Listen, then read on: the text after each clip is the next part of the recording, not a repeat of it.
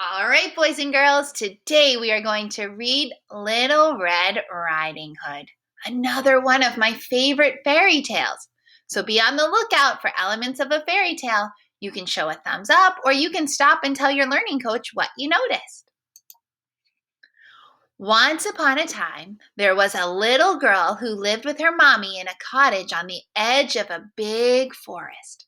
Whenever the little girl went outside to play, she wore a beautiful red cloak that her grandma had made for her. It had a big red hood, so everyone called the little girl Little Red Riding Hood. One day, Little Red Riding Hood's mommy asked her to take a basket of food to Grandma. Grandma isn't feeling well, Mommy explained, and I'm sure she'd love to see you. Grandma lived on the other side of the forest, so Mommy drew a map on a piece of paper so that Little Red Riding Hood wouldn't get lost. Wait a minute, why did she draw her a map? Pause the video and tell your learning coach why. I hope you said she used the map so she wouldn't get lost. It helped her to figure out where she was going. And remember, don't talk to any strangers along the way, said Mommy, helping Little Red Riding Hood into her cloak. Little Red Riding Hood took the basket of food and skipped into the forest. On the way, Little Red Riding Hood saw some beautiful blue flowers. Grandma might like these, she thought. As she bent down to pick a handful of the flowers, she didn't realize someone else was in the forest. "Hello, little girl," said a deep, growly voice. Little Red Riding Hood jumped with fright. A big wolf peered out from behind one of the trees. "Oh, hello," replied Little Red Riding Hood, smiling back at the wolf. She had already forgotten her mommy's warning. "Where are you going?" growled the wolf. "I'm visiting my sick grandma who lives on the other side of the forest," Little Red Riding Hood explained. "Ah, what a kind girl you are," smiled the wolf, showing off his razor-sharp teeth.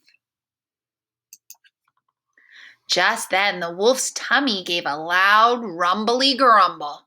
"What was that?" asked Little Red Riding Hood. "Just some thunder over the hills," said the sneaky, hungry wolf as he ran away as fast as he could to Grandma's cottage.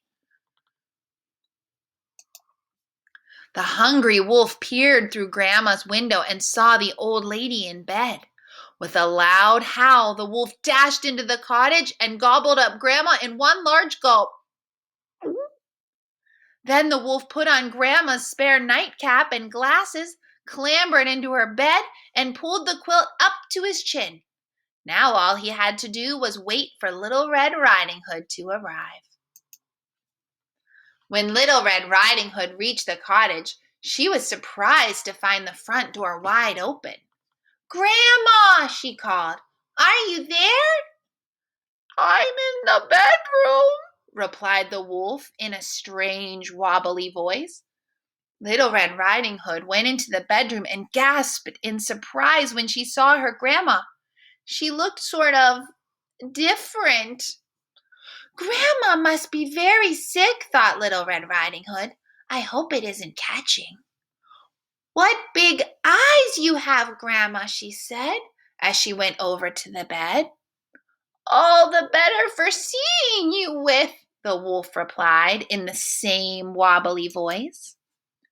"Grandma, what big ears you have," Little Red Riding Hood added, moving closer.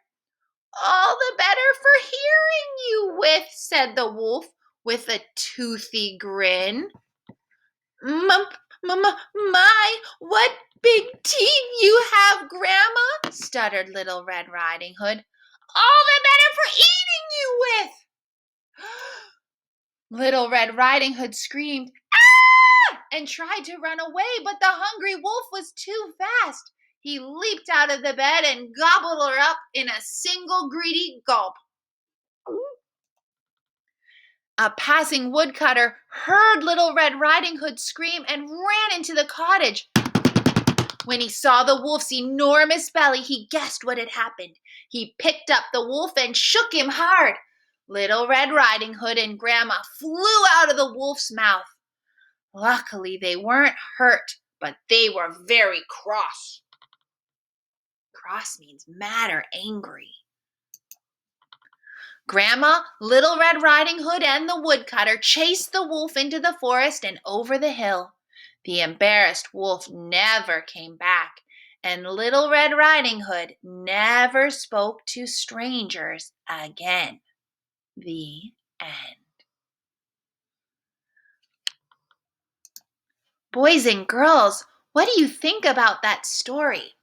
Were the words once upon a time in that story? Yeah, it did start with once upon a time. So once upon a time was there. How about talking animals? Were there talking animals? You betcha. The wolf talked, didn't he? Now this one's pretty tricky, so I'm going to help. There were 3 things in this story because Little Red Riding Hood asked 3 questions of her grandma. She would say, "What big eyes you had, what big ears you had, and what big teeth you have." And I said questions, but really she just shouted those 3 different words at them. What big eyes you have, what big ears you have, what big teeth you have. So there was a 3, but it was actually her saying 3 things to her grandma before the wolf ate her up. Was the setting a castle, a cottage, or the woods? Yep, definitely. It was a cottage.